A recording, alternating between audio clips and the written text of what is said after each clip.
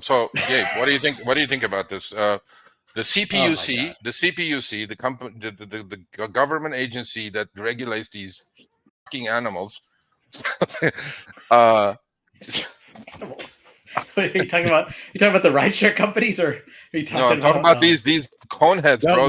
The unicorns, bro, right here. These the Cruise and self-driving Waymo. cars? the Yeah. Yeah, San that's the Francisco AVs. Yeah, cones. yeah. So the Yeah. cone heads, you know. Do I have to disclose I have GM stock? Yeah, you Sergio? should. You should. Okay. I don't know. Yeah. We're gonna make Well, fun of it. So we're gonna definitely make fun of it. I'm gonna come put a cone on your head next time I see you. So here you go.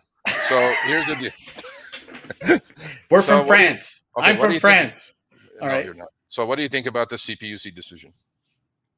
That they have to release thousands of these things now. Hey, it's in your neighborhood. I don't give a shit. Honestly, more Well, power. not until a virus I spreads think to you. I think there's a lot of misunderstanding about the role of the CPUC. The CPUC's role is not to like regulate San Francisco or regulate transportation in the Bay Area or all their only. This a very narrow thing that they do. Is this technology safe to use for limousines, basically, right? Limousines and TNCs. And I think they just looked at it in that kind of very narrow viewpoint. They weren't looking at what's the impact going to be on employment, on the environment, on traffic congestion, on any other factor. They're just like looking really narrow thing. Like, can these cars drive people around San Francisco without crashing into things? Yeah, pretty much. So just 2 to Have 1. you seen? You're on Twitter, right? Have you seen some of these videos on Twitter, bro? They're tremendously fun, but also over the last couple of years, 2, 3, 5 years, I've seen these things driving around San Francisco, both manned and unmanned, and the way they drive is disappointing. Also, there's a good video of a former friend of mine, a friend of mine who actually used to be my Sunday school teacher, Barry Toronto, on the San Francisco Standard website, and he took a ride in a Waymo car and talked about the difference between being driven by a Waymo and being driven by an actual cabbie. So Okay. that's an interesting thing to kind of look for that. All right. So do you know, because none of these journalists put out a number, and I'm sure they don't know. They would have put it out otherwise. Like, do you know how many AVs, Waymo and Cruise AVs are on San Francisco streets these days? Well, I just read the San Francisco Standard's reporting on this is really outstanding, and I was in there. Said, was I in there? I think that was anyway. Maybe the CEO of Cruise said they have 400 cars. Okay, but after the CPUC decision, do you think it's going to like go to 4,000 cars? No, right? No, probably. I think, did I read somewhere he said they might double? Double? Okay. How about this? Yeah. Tell me, you're a smart guy and you're a lawyer too. So yeah, you are. Yeah. Okay. Here it is. Tell me. I talked to a journalist about the economics of this business, right? Yeah. Okay. All right.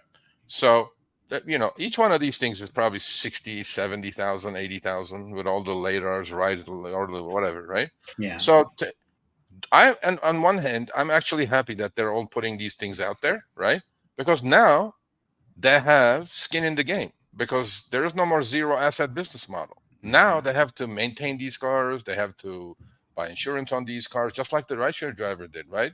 So just replacing the rideshare driver, do you think these things are going to be surviving economically by pricing trips a lot cheaper than a rideshare driver would do? Well, right now, my understanding is that that they're charging more than a standard rideshare car charge. The economics, I don't know. I wrote about this 5 years ago, and exactly, I don't see what the business model of this thing. As usual, the tech companies, the tech bros, the people coming up with these solutions to problems that we have, they always come out with the technology first, and then their idea is, well, the technology, everything will follow the nice one, Norma. Everyone will follow the technology. We'll figure it out. It was like, atom bomb. We'll just build an atom bomb, and then we'll figure out how to use it responsibly. But it's the same thing with artificial intelligence. It's the same thing with autonomous vehicles. So their focus is figure out how to make these autonomous vehicles, cheap enough and reliable enough technology so they'll be useful, and then we'll figure out the details after that. Like, What? whatever Just happened. like, I don't okay, know. just like rideshare then, right? No Yeah, rules. I mean No, it's no exactly rules. the Right. same. Okay, I got Yeah, you. move fast and break things. That's Silicon Valley, and So your um, regulators up there did not learn anything from rideshare, obviously. no, the regulators don't learn anything. I mean, they're people, so of course they don't learn anything, Okay. and the regulators don't learn anything, and then the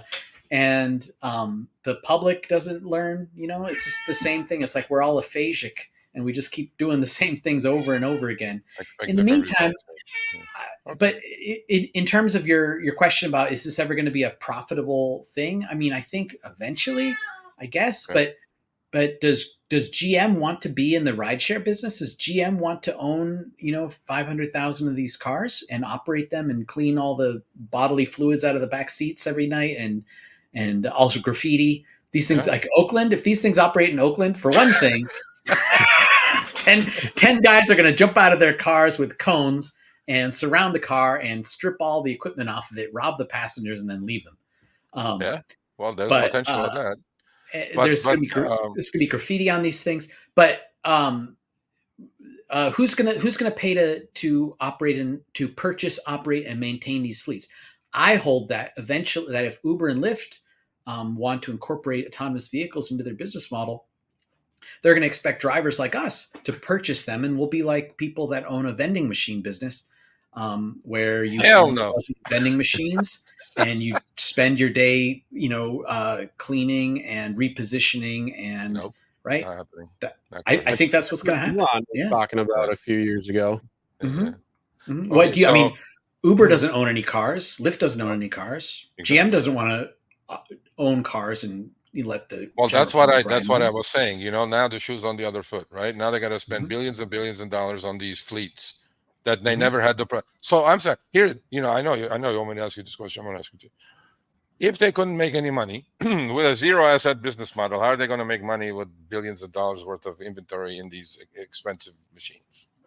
I don't know. They get the money first from the investors. They develop the technology, and they hope for the best. That's the Silicon Valley model. That's what All right. Uber did and Lyft did, and you know that my position has always been that these Yeah. companies Yeah. can't be profitable. But I guess I'm wrong.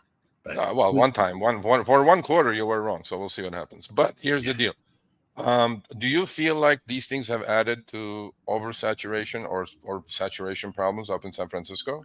oh As yeah, far as they have? I mean, not really, not yet. Yeah. But the market's oversaturated already. So Yeah. the only reason and the reason the market's oversaturated is because of driver incentives and bonuses. Yeah. Because I know these people aren't driving down from Sacramento and Stockton and hundreds of miles away to sit in Fisherman's Wharf on a Wednesday night because they think they're going to get rich from taking a bunch of $4.36 trips. Yeah. So Well, the companies are dumping money to oversaturate the market. How are they gonna, how are they gonna make a profit doing that? I don't know. Good question. I don't think it's going to be a profitable endeavor. I think they have other plans behind all this, which could become, human productivity, what they can sell you in an hour that you're in that car back and forth from work and things like that. But those are for another program. More cars obviously means, less demand for existing rideshare drivers and taxi cab drivers, right? And if they put out like this, this Craig said 2,500 of them, that's a lot for a city of San Francisco, bro. I mean, I don't know Yeah, well, how many cars there are, Uber and Lyft cars are up in San Francisco, but 2,500. sometimes as many as it's. Of course, you never know because these companies aren't transparent. And Yeah. they don't tell anybody. But I know that when I was a taxi cab driver in 1995, the Yeah. San Francisco taxi cab fleet was about 860 cars. Okay. Now there is something like 10, 20,000 Uber and Lyft cars operating in San Francisco, which is 7 miles by 7. And, most of them are probably in the upper left, in the upper right corner of the city. Yeah. So it's very, very saturated with cars right now. You dump another 2,500 cars in there. And here's the thing. What are these cars going to be doing when they don't have a passenger? Are they going to be circling? Are they going to be Probably. parked somewhere? Where are they going to be parked? Are they going to just drive at 3 miles an hour down the street? Did you? Yeah. There's one. There was one video on Twitter. Road. Just Say sit again? in the middle of the road. Just Yeah. sit right there. Wait for the They next panic. ride. the cars, they should rename these cars Karens, because at the slightest hint of, at the slightest difficulty, they turn their hazards on and call for help. Like, Well, look, there's a man. we're seeing all these videos on Twitter. They're just crazy funny, but they're also huge problems here, man. Mm-hmm. I saw one today. I don't know if you saw it. This thing almost ran over 2 moms and 2 kids crossing the street at a stop sign, literally. Yeah. I was like, okay, so lastly on this, and what do you think about the liability issues? It's like, if one of these things kills somebody, who's liable? Who you think they're gonna get? There's no driver. The cruise is gonna get sued. Is that what's gonna happen? It's weird, but I mean, look at that. Are they driving around with commercial insurance? I don't even know. Does I mean, anybody it's know going to this be stuff? if there's no human driver in the car, Yeah. then I guess the theory of liability is going to go to whoever's in charge of the car, like whatever person is in control. Like, if there's a person somewhere who can access a control panel and actually like control the car, that person is going to be ultimately liable, like in a criminal sense. In a civil sense, like in terms of product liability, that can be split among the manufacturer of the equipment, among the company that makes the software, among the people that are making decisions about how it's programmed. I mean, it's going to get very, very muddled and weird and messy. And there was that case in LA with the Tesla driver who had his autopilot on, and he rammed another car and killed 2 people. Yeah. And he was charged with manslaughter. Yeah. Well, I'm thinking like there's going to be a whole new industry with these things, as safe as they say they are. The other thing I have in my head is this. I have a proposal, Gabe. Yeah. Every time one of these, you know how they commingle, they're like 10 of them get together somewhere and then fuck up. Yeah, they like altogether, platoon. right? Yeah. Yeah. So every time that happens, yeah, $10,000 fine each occurrence and each car. Okay. $1 million right there. Right there, baby. But the problem is that, have you been to San Francisco? Yes. Oh, lately? No, not lately. There's no traffic enforcement whatsoever. So I don't know who would be writing these fines. Maybe the PUC. I don't know. The PUC has no enforcement. It's very obvious that if somebody videotaped it and put it on Twitter, there was a concert the other night up in San Francisco, and then they caused havoc. It's like they could. Oh yeah, right outside lands. Yeah, it was a huge event. That that's one thing that that's an interesting point. The outside lands, and this is why I don't drive for those giant events. When you get these events, I don't know if you guys have tried to pick people up when there's like 250,000 or 500,000 people. No, and they're all using their cell phones at once. Yeah, not that much, but close. Yeah, the cell phone networks can't handle it, and you can't get any cellular data, so your app doesn't work. You can't tap arrive. You can't accept trips. You can't call your passenger unless you see the passenger in some obvious spot. Like, you can't pick them up. So that's what was happening with those cruise cars. The cell networks got overloaded, and these cars can't drive around without they just throw fits. They go like, I can't go. they Karen and shut down. Yeah, they're like, help! There's a man. I don't know what he wants. Help me. Yeah. I mean, we'll talk. We'll keep talking about these issues. There's a code on my head. What do I do? There's a code on my head. That's the signature Karen knows. You know, watch them build like these arms that come out of the side, pick up. And plucks the little cone off its hood and drops it. Yeah, it's like the what do you call that? The robot that becomes a human. What is it? Not the Transformers. Transformer. Yeah, it's like a transformer. Get rid of the cone and then. what if they give them the reasonable power? The U.S. Supreme Court has decided that a corporation is a person. So why not a cruise car? And then you can that means it has the right to self-defense. And then that's when you put the run you over. Yeah, or 7.62 caliber miniguns mounted on the roof with laser rangefinders. Here we go. Terminator is here, baby. Mm-hmm. It's like, that's the biggest bullshit I've ever seen. Gabe, just because they can build it doesn't mean we need it. Hey, you know what? In all these movies like Terminator and stuff about the robot uprising and all that, they don't tell what happens as the transitioning was happening. All they do is just show the robot uprising. Right. They don't show the drunk crack out woman who's riding the delivery robot like a friggin' horse and saying, "Yeehaw!" Right. I mean, that's what you didn't see. You didn't see. You didn't see Terminator 5 Florida, did you? Where that was Anyway, you missed that one. That was a good one. Yeah. All right. So, and the last one, next subject before we ship you out to your fatherly duties. Well, yeah. I mean, this is part of our funnies, bro. And right. I thought we should talk about this for at least a couple of minutes. Okay. So there's a couple up in your. Oh yeah, I told you, man. Cleaning fluids. Spilled fluids out of your back seats. Sorry if they're more sensitive audience members. Okay, have you read this article? Yep. Okay. Yeah. They're like doing this on purpose now. They're up to now count number 6 now that they're doing this, right? In the cars, getting it on in the cars. And people, they go by, they're just watching him having sex in the car. And I'm going like, now I get it that people are curious and they're, young people who are gonna do some stupid shit like this. But then there must be laws that having sex in public you get arrested, I guess. But then you're in a car, so I guess you're not in public. Yeah, well, it's all about expectation of privacy. But this is San Francisco, where the San Francisco Police Code specifically defines nudity as exposing your perineum. So I'm guessing, I'm not kidding. You can look it up or don't. But there's not a lot of enforcement of anything in San Francisco. It's it's pretty. So is that why San Francisco's a shithole now? Is that what's happening? Well, I think you could make that argument. If you don't enforce laws, some laws have actual purposes. Yeah, defund the police. There you go. So next page, this couple tells their story. This is like a 6-page article.